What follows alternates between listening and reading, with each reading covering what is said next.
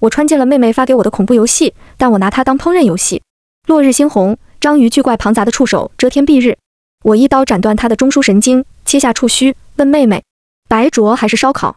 一只庞大的三头犬从草丛中急冲而出，在我脚边分化出3个人形。3名少年扯住我的袖子，抬起湿漉漉的眼睛。姐姐，我也想吃。新游戏内测，妹妹让我跟她组队一起玩。晚上9点，我点击名为无限之庭的图标。戴上智能眼镜后，一片海边废墟赫然出现在眼前。黑云压境，阴风阵阵，无止境的海风带来沙砾般的质感。我不由感慨，现代科技实在惊人，不仅能让人用脑电波进行游戏，还能模拟如此真实的反馈。然而等了半天，妹妹迟迟没来。我给她打了个语音：我进服务器了，你人呢？耳麦里传来的声音断断续续。马上。她说：你先自己玩一会儿。还没来得及回复，眼前的海域忽然涨起10人高的巨浪。一只庞大的铁锈色章鱼破水而出，睁开赤金的双目，所有腕足都像有生命一般扭曲着涌动起来。我的皮肤起了一层细小的疙瘩。天，这得多好吃啊！我妹进游戏的时候，我刚刚将大章鱼肢解好，放在岸边开始烧烤。高端的食材往往只需要最简单的烹饪方式。我支起篝火，提纯海盐，用随身携带的刀将章鱼须片成小块，然后插上木枝。洁白的触须受热收缩，慢慢染上诱人的烟火气息。我妹看了看我，又看了看一旁的章鱼碎块，神情复杂。我看着她脑袋上顶着的 ID 泡椒凤爪，心情也很复杂。萧爪，你怎么又用这个游戏名？她瞥了一眼我头顶，广式蛋挞。她念出我的 ID， 消音，你好像没什么资格讲我。我自知理亏的闭嘴，然后我将目光转向她头顶那个牛奶布丁样的生物。你来就来，怎么还带份凉皮？凉皮的眼睛变成荷包蛋，委委屈屈。萧爪双手插袋，面无表情。他是我的外挂，这个凉皮名叫李璇，理论上说是我的妹夫。妹妹在一个游戏里捡了他，那个游戏是无限之庭的前作，目前已经停止服务。从外表上看，他只是一个长了很多只眼睛的白凉粉，但据说他能力强大，不仅自带冰冻功能，还可以通过接触读取人的意识。因此这一次，他通过和萧爪意识连通，与他作为一个共同体进入游戏。我到现在还记得妹妹第一次带他回家时的盛况。我们家的情况比较特殊，主打一个散是满天星，聚是一滩泥。平时不常见面，逢年过节也完全看心情。那天萧爪带他进家门后，我爸特别从善如流地递了根烟。我妈双手在围裙上开了开，稀松平常地从冰箱里拿了2听可乐。而我沉默良久，说了句不错，做凉皮不错。饭后是例行的家庭闲聊环节。我爸支招脑袋看了我半天，忽然说：小爪对象哪儿来的？你也去找一个。萧爪看热闹不嫌事儿大，立刻调出手表的电子光屏。迷雾之管续作，姐，要不要一起玩？我看着宣传页面上那只大章鱼，陷入沉思。可喜可贺，时隔几周，我终于如愿以偿地吃上了大章鱼脚。无限之庭的环境做得十分还原真实，包括生物的性状都拥有合理的内在架构。虽然不能真实的填饱肚子，但好歹过了把嘴瘾。食材在身边堆积成山，我吃饱喝足，开始用小刀剔章鱼的腕足。萧爪问：你这又是干什么？海灵菇你没听说过？我头也不抬。俗话说得好，天上龙肉，地上海灵菇。炒饭可好吃了。我妹无语凝噎。我施施然将剔下来的吸盘整理好，刚要收进系统配备的无线背包，又发现一个问题。背包虽然能储存东西，但保鲜效果怕是不好。妹夫，我喊李璇，放点冰。将全部食材冷藏收纳以后，游戏时间已经接近傍晚。夕阳渐沉，海面黑得像炸臭豆腐的油水。我看了眼天，疑惑道：接下来做什么？等人。萧爪肯定地说：等 NPC， 我有经验。于是我们在原地守着篝火等了半小时。我们都不知道，来找我们的第一个 NPC 那只章鱼已经被我宰了。等了40分钟，我耐心耗尽，忍不住出声：你确定这游戏是这么玩的？萧爪开始犹豫，不知道啊。我忧心忡忡地拿起篝火边的烤章鱼，痛定思痛地咬了一口。正这时候，海岸边的草丛发出窸窸窣窣的声音。我摇出匕首，握在掌心。谁？草叶中亮起6只湛蓝的眼睛。我几乎立刻就要挥刀上去，然而下一秒，一条庞大的3头犬自林丛中走出。它走向我，躺下，翻肚皮，动作行云流水。对不起。3头犬神色楚楚可怜，说话异口同声，眼睛却一直看向烤章鱼的方向。能给我们吃一口吗？看着3个大狗头委屈的神情，我忽然有点恍惚。这一幕太过熟悉，以至于让我想起一些久远的记忆。愣神的功夫，妹妹萧爪已经2眼放光，不管不顾地扑了过去。好大的狗！她开心道：可爱。我回过神，缓缓放下手中的刀。一旁的李璇看起来有些不悦，身上赤色的眼睛慢腾腾地睁开几只，仿佛一种威慑。但三头犬完全看不懂他的警告，他们的注意力完全在烤章鱼上。我将章鱼串拿起来左右移动，他们的眼睛就像摄像头一样跟着移动。想吃？他们齐齐点头。那先回答我几个问题。我慢悠悠地开口，这是哪里？大狗迅速翻身坐好，中间的头跟我有问有答。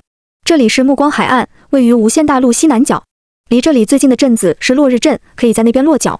那应该就是最近的主城镇了。与迷雾之馆不同，无限之庭的地图更为广阔，是一个自由开放的诡异大陆。真实的物理引擎，真实的生物设计，真实的玩家交互，疆域囊括江河湖海 ，BOSS 也不止一个，鬼魂、妖兽、魔灵、半人在这都算不得稀奇。游戏整体轻主线，重探索，比起通关主线，玩家大概要更优先考虑如何在这里活下去。正常来说是这样的，但很显然，我和我妹的游玩路线并不正常。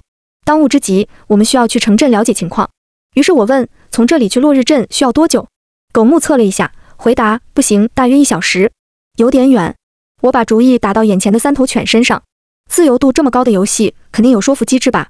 我将烤章鱼从火边拆下，刮下肉块，丢进其中一个狗嘴里。在野外饥一顿饱一顿，我引诱，不如跟我走。本以为要多费些功夫，三头犬却一瞬也没有迟疑。它干脆的前腿跪地，头颅整齐低下。愿为您效劳，姐无主。让三头犬饱餐一顿后，我们顺利骑上它，前往落日镇。虽然看起来凶神恶煞，但这条狗意外的好说话。从它的口中我们得知，它名叫灵犬，3个头实际上是3个不同的个体，不是它，而是它们。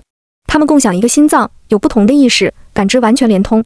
灵犬的声音絮絮地传过来，我抚摸着它们黑色的皮毛，心里忽然升起奇异的感觉，就好像我曾经这样抚过无数次。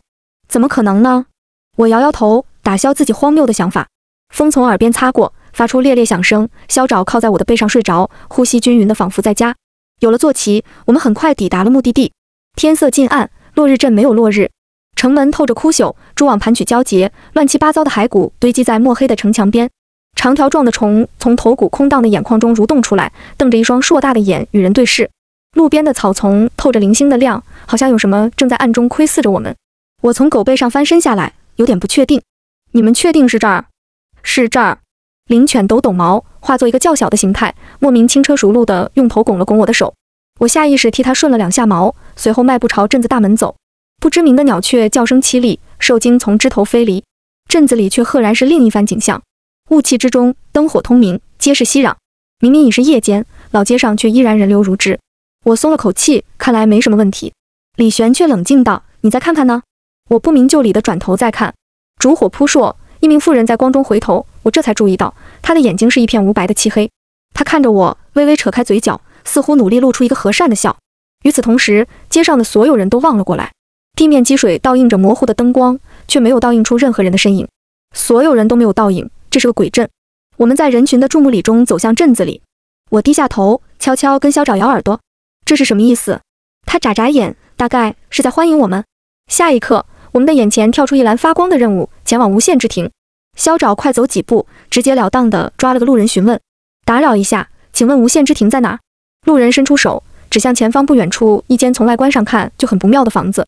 那似乎是一家酒店，4层小楼的外墙爬满铁锈色的爬山虎残肢，1楼大门外的招牌摇摇晃晃。我们走到近前，只见大门紧闭，浓雾掩映中，整座房屋都像陷在沼泽里。这儿温度条件不行。萧爪评价：“爬山虎都萎成这样了。”我没分出神回他。周遭不太对劲，空气里漂浮着湿润的青草气，耳朵捕捉到丝丝的响声。雾气中倏然浮现一卷庞然大物，首尾相连，盘踞包裹着整座小楼。那是一条巨蛇，灰褐色的鳞片刮过倒伏的树丛，巨蛇吐出暗红的蛇信，纯黑的眼睛像一潭无波的死水。它冲我张大嘴，我拔出系统配备的初始长刀，抓了吧！啊！萧爪错愕地看看我，又看看蛇，这个养不熟啊。我奇怪地看他一眼，丢进锅里不就熟了？机不可失，敌不动，我先动。趁着大蛇傻愣的功夫，我踏上墙壁，冲灵犬使了个眼色。灵犬瞬间变大数倍，低头全当跳板，让我借力腾空。无限之庭的战斗系统比较硬核，看重玩家的技术。虽然也受游戏中自身装备、武器及状态的制约，但可以通过操作弥补其中的差距。理论上说，只要我一直闪避，持续输出，不管血条多厚的怪，都能通过长时间的拉扯被耗死。就算打不过也没关系，玩家角色死亡，系统会自动新建一个空角色覆盖死亡角色，回到上一复活点。缺点是身上的战利品、装备和宠物都会随死亡消失，但在组队情况下，影响其实不会特别大。值得一提的是，这个世界的生物特性大部分都接近现实，比如海上那只章鱼，章鱼的内脏都在头部，所以斩杀的时候就可以优先针对头部去攻击。至于眼前的蛇，那自然就是7寸了。巨蛇吐信，我重重踏上蛇头，将长刀插入，自两眼间一路撕扯向下。这样的事我做的并不生疏，长期武术训练与荒野独居的经历让我见怪不怪，体能上也没有任何不济。倒不如说，这对我来说还太简单了些。游戏毕竟只是游戏，没有真实的死亡威胁，我对这一切完全没有恐惧。灵犬无师自通地开始配合我，紧随而上，开始撕咬。天地间响彻哀嚎，巨蛇挣扎2下，很快没了声息。我拖着蛇，血淋淋地敲开了酒店的门。开门的是个长着黑羊角的兽人执事，眼神阴郁，形容俊美，一身花纹繁复的燕尾服，动作慢条斯理。见到我的模样，他显而易见地吓了一跳。我的上帝！他扶了扶自己的金丝眼镜，你们杀了漆黑之主，严谨点。萧找道，他杀的，我们没动手。我问，谁是漆黑之主？羊角执事对着蛇头行了个礼。我反应过来，那条蛇。气氛凝滞，萧找望向我，李玄缩在他怀里打瞌睡，似乎已经麻木了。为了掩饰尴尬，我咳嗽2声。那是个意外。羊角执事没有在这件事上多做评价，他用审视的目光端向我片刻，缓缓开口。我叫童恩，是无限之庭的管理者。他低声道，主人已死，我将奉您为新主。我还没说话，灵犬骤然立耳，中间的头脾气最大，直接呛声，你算什么东西，也配成为姐姐的宠物？我不晓得他们为什么会有这么大的反应，明明我们应该刚认识不久。童恩不为所动，契约所限，理应如此。眼看两边要打起来，我连忙按住狗头。那个童恩，我试探性地询问，或许这里有厨房吗？童恩将戴着白手套的手放在肩上，微微弓腰，愿为您效劳。他将我带到厨房，并飞速备好了调料。按童恩的说法，因为大蛇的死亡，我现在成为了这家酒店新的主人，对他享有绝对命令权。我也不知道这是好事还是坏事。老实说，我到现在连这游戏到底该怎么玩都还没摸清。或许这就是自由度高的好处，游戏玩法没有绝对的对错，只有绝对的个人风格。我的风格就是物尽其用，蛇浑身是宝，做法不一，各有风味。但烹制蛇肉，首先必须剥皮放血。由于蛇的特性，蛇头会有数小时的假活时间。保险起见，我让李璇将蛇嘴冻住，然后抽出长刀，从蛇头向腹部一路剖开。我很小心地绕开了蛇胆的部位，避免弄坏蛇胆。到心脏的位置，再开始放血。这条蛇实在是大，光是这一道工序就费了好一番功夫。这期间，萧爪坐在我身边喝茶，童恩忙前忙后，有条不紊地端茶送水。大蛇的死亡似乎并没有对他造成什么影响，看来所谓的主仆契约，大概也不是心甘情愿。时至深夜，大堂中的座钟走到整点，发出沉重的闷响，馥郁的花果芬芳在屋内弥漫开，而我站在厨房里，将部分蛇肉切断，用酒腌制去腥。1小时后，椒盐蛇段与清炖蛇汤被端上餐桌。萧爪扶着额，神情复杂。姐，我们到底是来干什么的？我分了一些蛇段给灵犬，有点犹豫。吃饭？是振兴酒店才对吧？她环视一圈，面露难色，不过人手不太够。萧爪拨通了她闺蜜陈福的语音。我认识她，一个蛮可爱的小姑娘，就是容易大惊小怪。语音一接通，萧爪的声音放柔了一个8度。福福她软声道，我们这有个模拟经营游戏缺人，你来吗？过了10分钟，陈福登录队伍服务器，对着眼前的一切陷入沉默。墙角的蜘蛛睁开硕大的8只眼睛，蛛网萃满绿色汁液。沙发边拥挤着长相怪异的肉虫，没有眼睛，整张脸都被带尖牙的巨口覆盖。陈福站在这一切之中，欲哭无泪，动弹不得。你不说是模拟经营游戏吗？是啊。萧爪答得平静，你大学不是学酒店管理的吗？陈福有气无力，我学的是酒店管理，不是鬼屋逃生。我盛了碗蛇汤给他，喝碗汤压压惊。他接过去喝了一口，随后站在原地半天没动。我伸手在他眼前晃了晃，他也没什么反应，应该是紧急查资料去了。半晌，他爆发出一阵尖叫，模拟经营个屁呀，这是个恐怖生存游戏呀，你们玩之前不看官网和攻略的吗？我问，上面写了什么？无限大陆暗藏杀机，危机四伏，跟着漆黑之主一起邂逅大世界中的恐怖生物，赚取佣金，努力在这个世界活下去。他抬起头，漆黑之主呢？萧爪和我眼观鼻，鼻关心。你刚吃了。陈福用了20分钟的时间消化我和萧爪把这个游戏的主线弄得一团糟的事实。许久，他深吸了一口气。姐姐，我们重新理一下情况。好。你们吃了海岸引路者。你们还吃了漆黑之主。陈福按住太阳穴。别玩恐怖游戏了。他一副心如死灰的样子，你们比恐怖 BOSS 恐怖多了。他摆摆手，你们玩吧，我下了，这游戏我玩不了一点。童恩端着花果茶姗姗来迟，容貌清俊的羊角少年将白瓷金边的小杯优雅呈送到陈福手边，语气凝定，请小心烫口。陈福盯了他的脸3秒，郑重地将杯子接了过来。我觉得吧，这游戏我也不是不能玩。有了陈福的帮助，我们终于知道了之后的行动方案。由于我们出格的行为，主线剧情已经缺失了大半，但殊途同归，该打的 BOSS 还是要打。总的来说，只要将大陆3方的 BOSS 击败，这个游戏就宣告通关。北方的沼泽虫巢，西南的阴森古树，东方的王峰洞窟。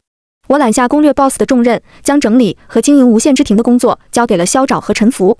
简单分配完后，我们3人纷纷下线，并约定明天再战。无限之庭是可以存档的，存档点是就近的床。对游戏角色来说，我只是在睡觉。我挑了一间相对宽敞的房间，简单清扫之后，躺在床上。灵犬坐立在一旁，目不转睛地望着我。不知道为什么，我莫名觉得他们有些悲伤。主人，他们换，你还会来吗？我忍不住笑，我只是睡个觉，为什么这样问？他们没作声。然而第2天，当我重新登录游戏，却被眼前的一切惊得失语。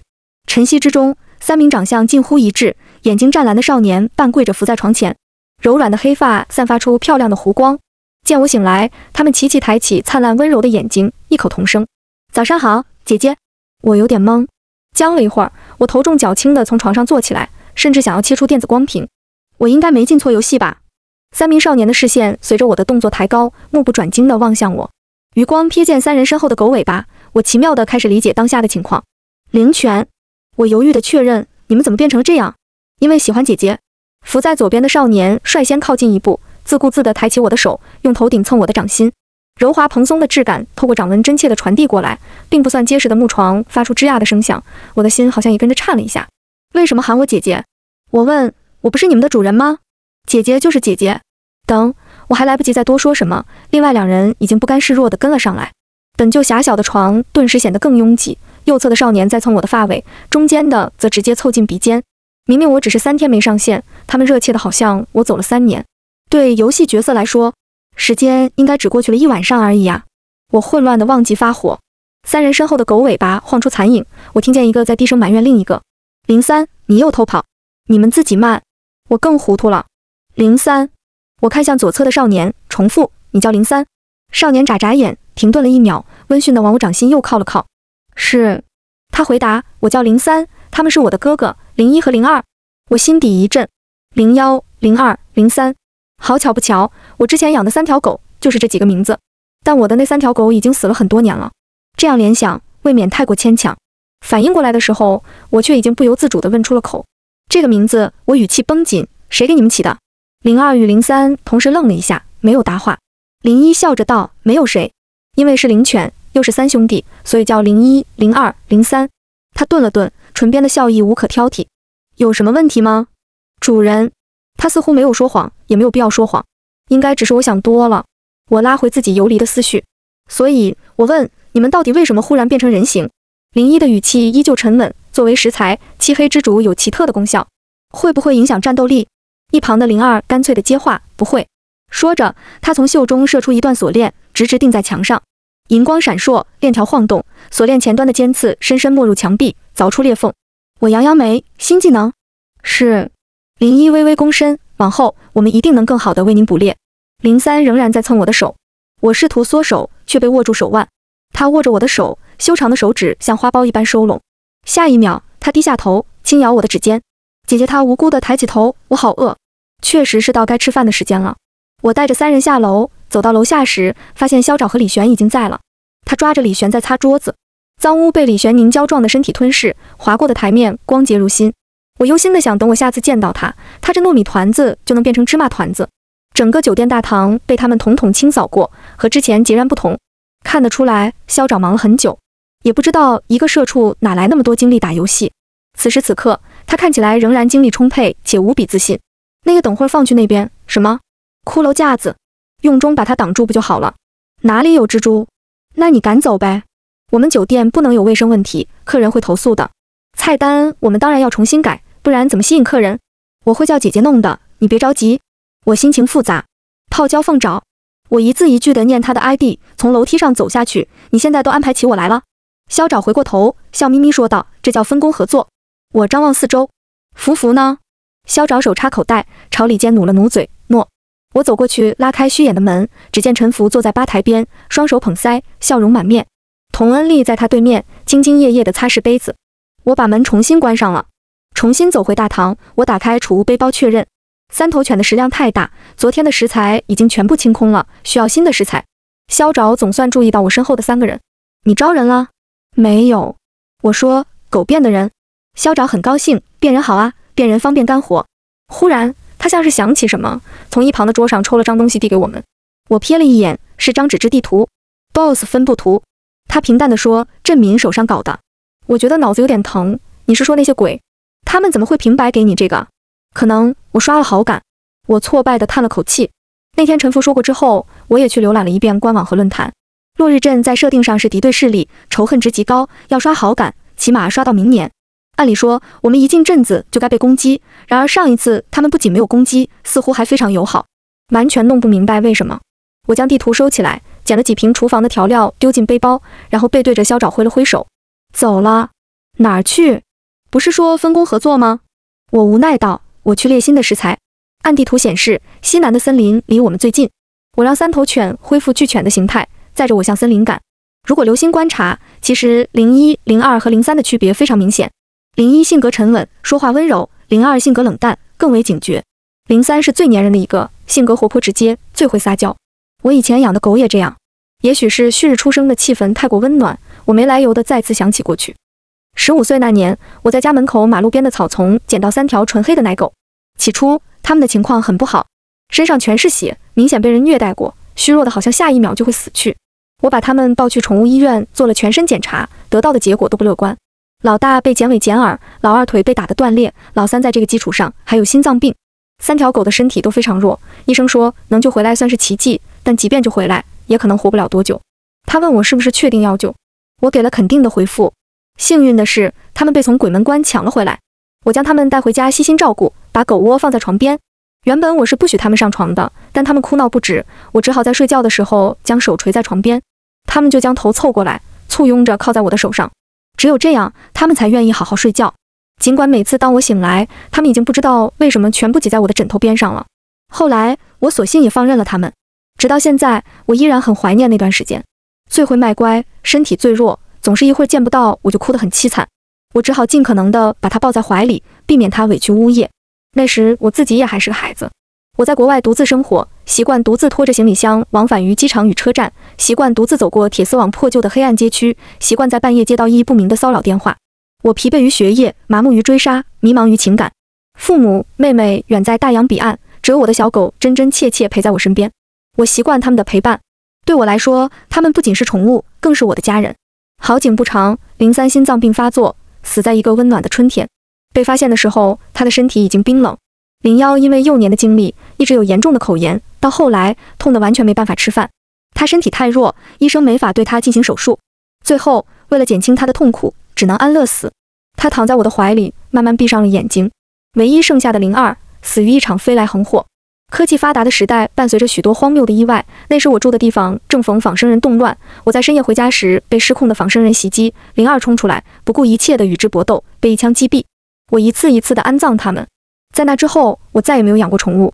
我又变回了一个人。风吹过耳际，01清越的声音十分柔顺地流入耳中。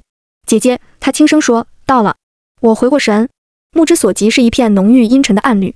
我踏上地面，走进密林之中。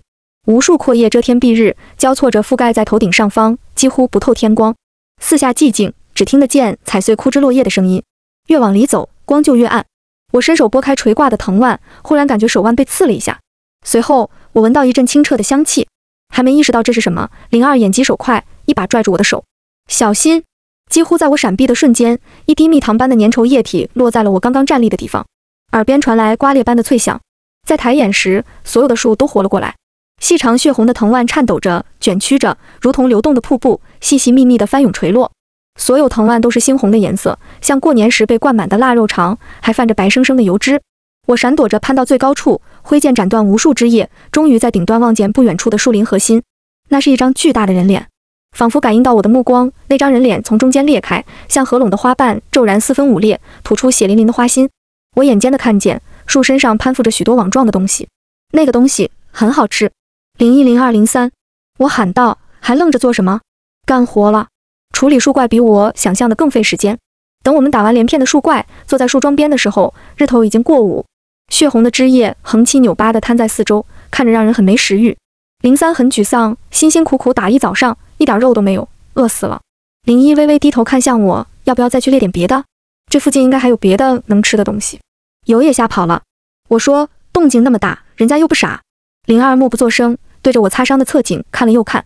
我揉揉他的头，你放心，我没事。03悄无声息地从身后抱住我，将脑袋搁在我肩上，可怜巴巴的。那我们今天吃什么呀？我被逗笑了，别急。我拍开他的手，走到倒下的巨树边，弯腰从树的背阴面揭下一片近似树皮的网状物。没想到有一天还能在游戏里吃到树蝴蝶。树蝴蝶是很名贵的东西，在现实中只有原始丛林才有，近2年因为生态破坏，已经很难找见了。03一脸忌惮，这东西长得跟青蛙皮似的，真的能吃？当然。树蝴蝶吃法众多，但考虑到我们在野外，还是应该凉拌。我让01他们替我搜集树蝴蝶落在一起，就地找了块干净的石头，从背包里拿出小锅，开始生火，将水煮开，放入树蝴蝶，待其柔软后拿出来，再过一遍凉水。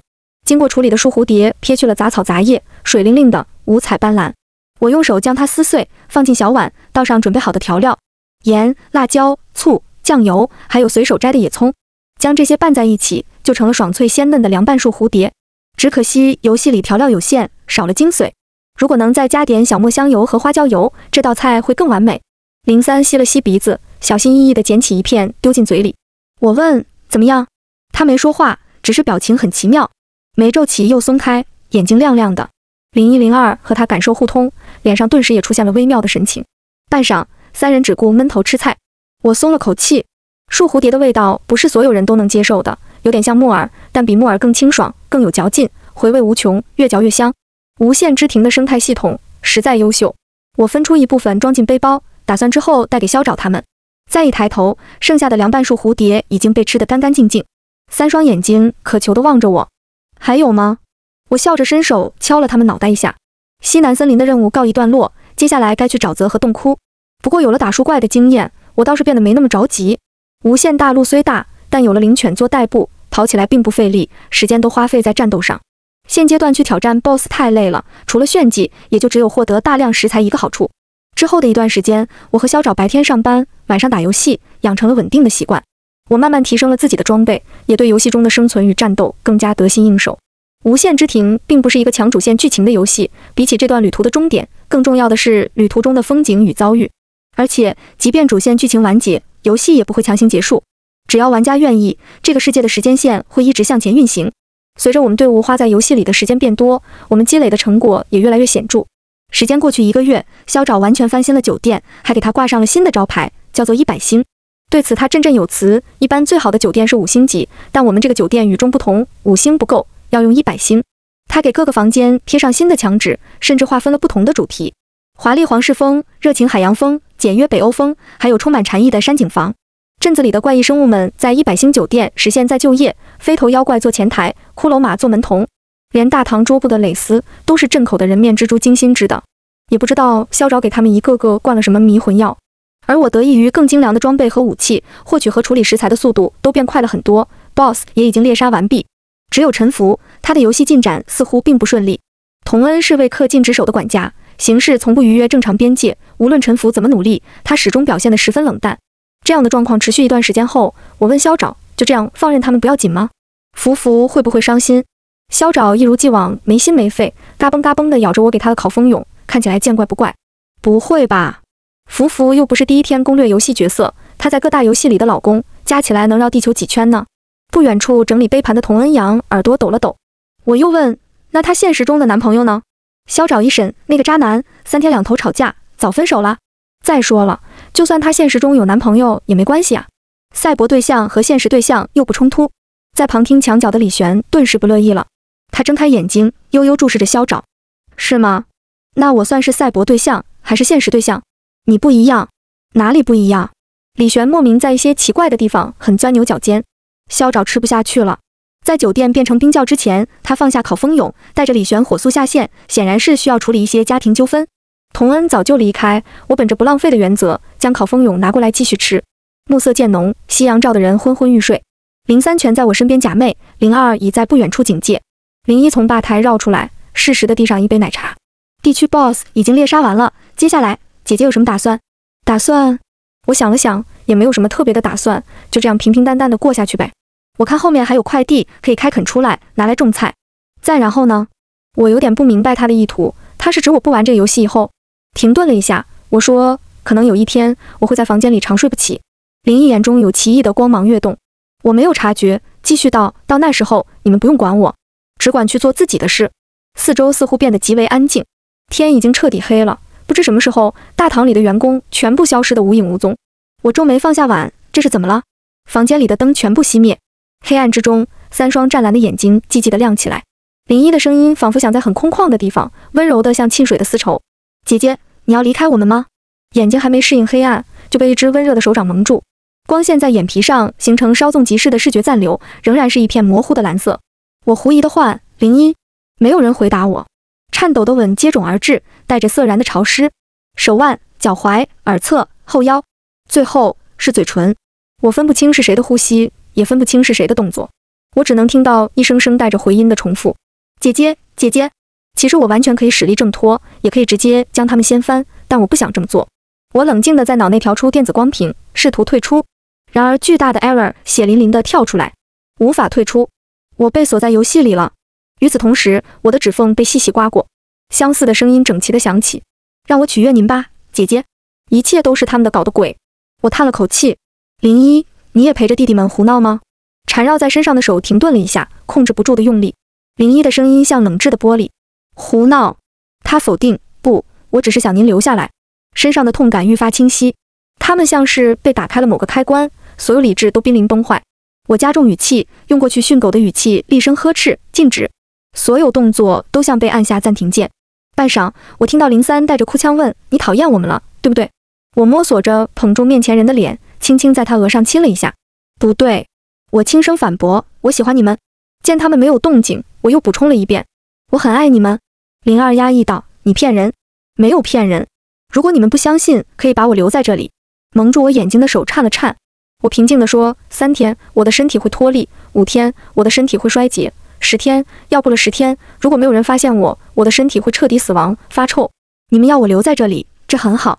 我会像做一场梦一样的死去，永远留在这里。”沉默。我的话语像是石入深潭一样没有回音。一滴滚烫的泪水落在我脸上，又顺着脸颊滑下去。我握住身边的手，轻轻笑了。你们以为我真的认不出你们吗？最开始，我确实以为是自己想多了。毕竟我的小狗们已经去世了这么久，久到我已经换了几次城市，搬了许多次家。我从大洋彼岸飞回来，又因为学业和工作频繁辗转。为什么会感觉不对呢？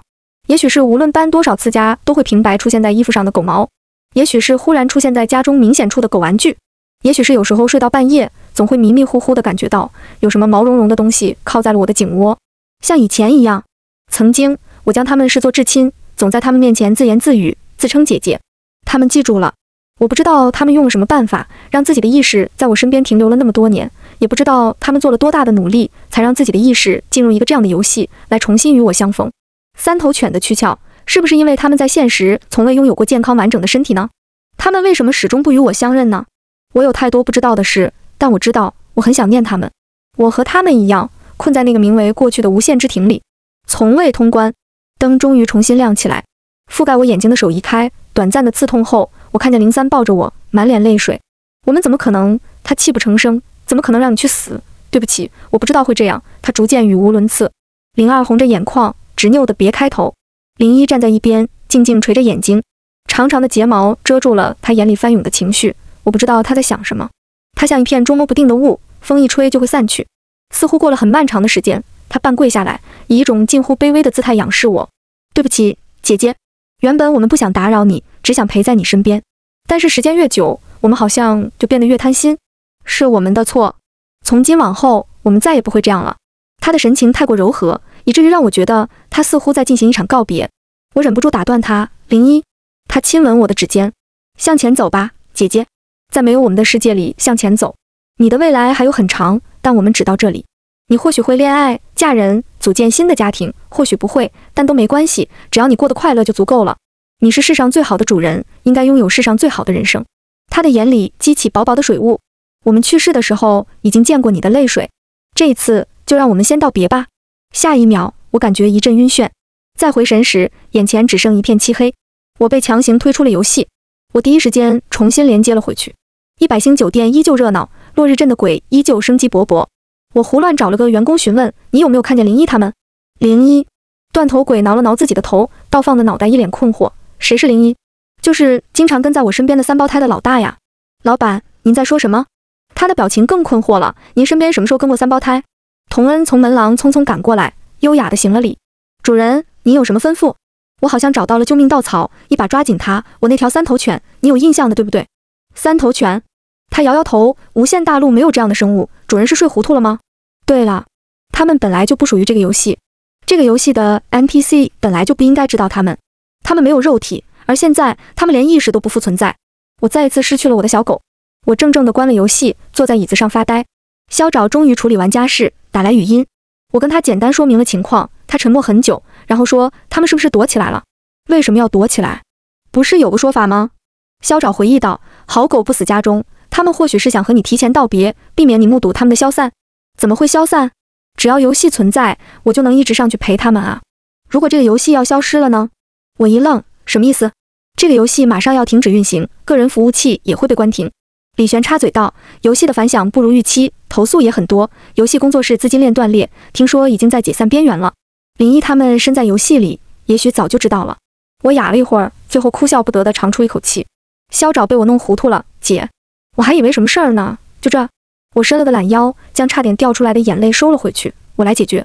第二天，我向游戏方注入大量资金，成为了这个游戏公司最大的股东。注资条件只有一个，保证无限之庭的永久运行。